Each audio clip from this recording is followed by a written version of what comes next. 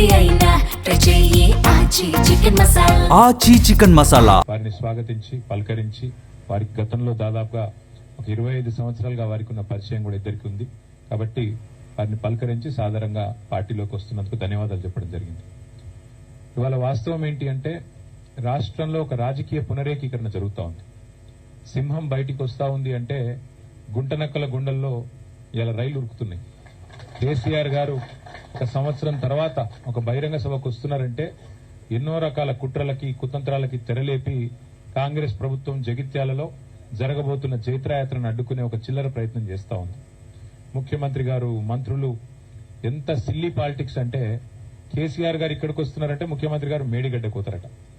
2.5 ఏళ్లకెళ్లి మేడిగడ్డ కోయేందుకు ముఖ్యమంత్రికి టైం లేకుండే అర్జెంటుగా ముఖ్యమంత్రి గారికి కేసీఆర్ గారి బహిరంగ సభ ఇక్కడ ఉంటే టీవీలలో సగం కేసీఆర్ ను చూపెట్టాలి, సగం రేవంత్ రెడ్డిని చూపెట్టాలి, పేపర్లలో సగం రేవంత్ రెడ్డిది రాయాలి, అవతలకు కేసీఆర్ ది రాయాలని ఒక చిల్లర ప్రయత్నం. అంటే ఇంత కుత్సితమైన ఇంత కుసంస్కారమైన ఇంత చిన్న మెదడున్న ముఖ్యమంత్రి బహుశా భారతదేశంలో ఎవరు ఉండరు, రేవంత్ రెడ్డి తప్ప.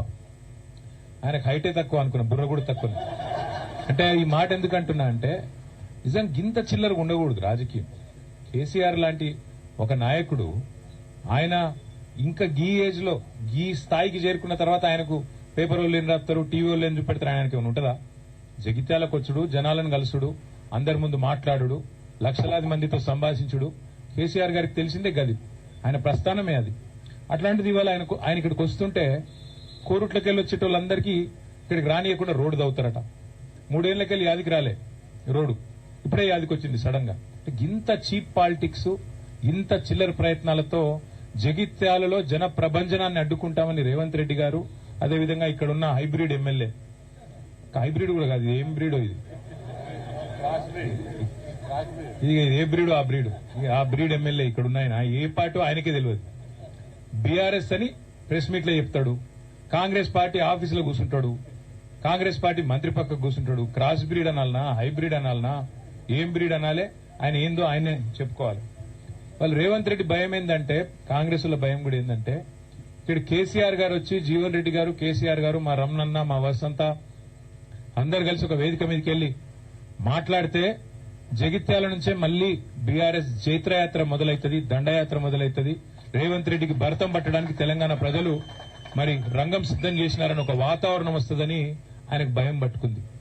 ఆయన అట్టర్ ఫ్లాప్ పాలన, 6 గ్యారంటీలని, 420 హామీలని, 13 డిక్లరేషన్లు, అన్ని వర్గాలను మోసం చేసిన విషయం బయటపడుతుందని చెప్పి ఆయనకు భయం పట్టుకున్నది.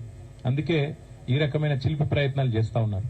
కానీ ఒకటి మాత్రం వాస్తవం, ఇదే జగిత్యాలలో కేసీఆర్ గారు గతంలో ఎన్నో బహిరంగ సభలు నిర్వహించారు. ఈ సభ కూడా అద్భుతంగా విజయవంతం అవుతుంది.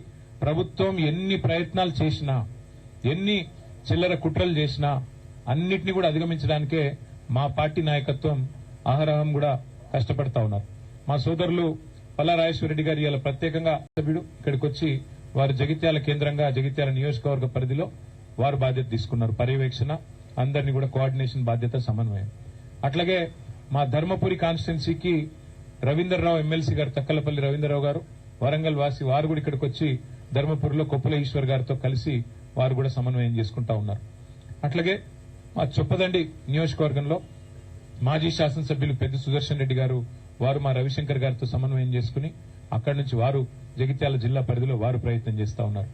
కోరుట్లలో గౌరవనీయులు మాజీ మంత్రి మరి శ్రీ ప్రశాంత్ రెడ్డి గారు, అక్కడ ఎమ్మెల్యే సంజయ్ గారితో, అట్లాగే మా జిల్లా పార్టీ అధ్యక్షులు విద్యాసాగర్ రావు గారితో వారు సమన్వయం చేసుకుంటా ఉన్నారు. వేములవాడ అక్కడ మా పెద్దలు లక్ష్మీ నరసింహారావు గారితో మాజీ పార్లమెంట్ సభ్యులు తమ్ముడు బాల్కా సుమన్ గారు, వారు అక్కడ బాధ్యత తీసుకున్నారు. ఈ రకంగా పార్టీ నాయకత్వం మొత్తం కూడా సమిష్టిగా పనిచేస్తున్నది. ప్రాంగణంలో ఇక్కడ బాలమల్లు గారు, శ్రీనివాసరెడ్డి గారు ఉన్నారు.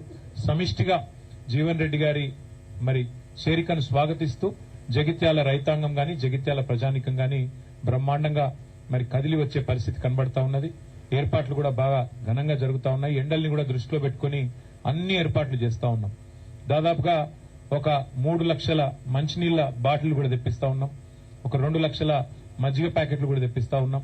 ఇవన్నీ కూడా ఎందుకంటే సాయంకాలం సభ అయినప్పటికీ కూడా కేసీఆర్ గారు దాదాపుగా 5:30 గంటలకు ఇక్కడ చేరుకుంటారు. ఎండ చల్లబడ్డ తర్వాతనే సభ ప్రారంభమవుతుంది. 5:30 గంటలకి కేసీఆర్ గారు ఇక్కడ చేరుకుంటారు. చేరుకున్న తర్వాత 5-5:30 మధ్యలో చేరుకుంటారు. ఆ తర్వాత సభ ఒక గంటంబావు సేపు సభ జరుగుతుంది. దయచేసి పాత్రికేయ మిత్రులతో కూడా నా ప్రార్థన, మొన్న మీకు కొంత అసౌకర్యమైంది, మమ్మల్ని మన్నించండి. ఒక సోదరుడికి కాలుకు ఫ్రాక్చర్ కూడా అయింది, అట్లాగే కొన్ని కెమెరా ట్రైపాడ్లు కూడా ఇరిగినాయని చెప్పారు. తప్పకుండా వారి నష్టాన్ని మేము భర్తీ చేస్తాము. ఆ సోదరుడికి సంబంధించి కూడా మా ఎమ్మెల్యే సంజయ్ గారు, మిగతా మిత్రులు కూడా హాస్పిటల్ కూడా వచ్చారు, ఈశ్వర్ గారు కూడా వచ్చారు, జీవన్ రెడ్డి గారు కూడా వచ్చారు. ఆ బాధ్యత అంతా కూడా మేమే తీసుకుంటాం. ఎల్లుండి దయచేసి ప్రభుత్వం ఎన్ని చిక్కులు చికాకులు పెట్టినా, ఎంత ఇరిటేట్ చేసే ప్రయత్నం చేసినా, దయచేసి ప్రజలు కూడా, మా కార్యకర్తలు కూడా ఓపికగా దయచేసి సంయమనంతో, మన కార్యక్రమం కాబట్టి మనం మంచిగా విజయవంతం చేసుకుందాం. కేసీఆర్ గారు చాలా కాలం తర్వాత జగిత్యాల వేదిక నుండి తెలంగాణ ప్రజలను ఉద్దేశించి మాట్లాడబోతా ఉన్నారు. ఆయన ఏం మాట్లాడతారో వినాలని చెప్పి తెలంగాణ రైతులు, తెలంగాణ ఆడబిడ్డలు, తెలంగాణలోని మా విద్యార్థి తమ్ముళ్లు, మా యువకులు, అట్లాగే పెద్ద మనుషులు అందరూ ఎదురు చూస్తా ఉన్నారు. కాబట్టి ఈ కార్యక్రమాన్ని ఎంత సంయమనంతో, ఎంత సమన్వయంతో, ఎంత ఓపికతో, ఎంత మరి ఆలోచనాత్మకంగా మనం పోతే అంత మంచిది. కాబట్టి దయచేసి జగిత్యాలలో ఉండే మా ప్రతి సోదరుడు సోదరికి నా ప్రార్థన, ఇది మీ సభ, మీరు మాకు ఆతిథ్యం ఇస్తున్నారు. కాబట్టి దయచేసి ఈ కార్యక్రమాన్ని విజయవంతం చేసే దిశగా అవసరమైతే జగిత్యాల కార్యకర్తలు ఒక మెట్టు దిగి చూస్తా ఉన్నా. నేను కూడా మొన్నటి నుంచి మొదటిసారి మొన్న వచ్చినప్పుడు ఇప్పుడు కూడా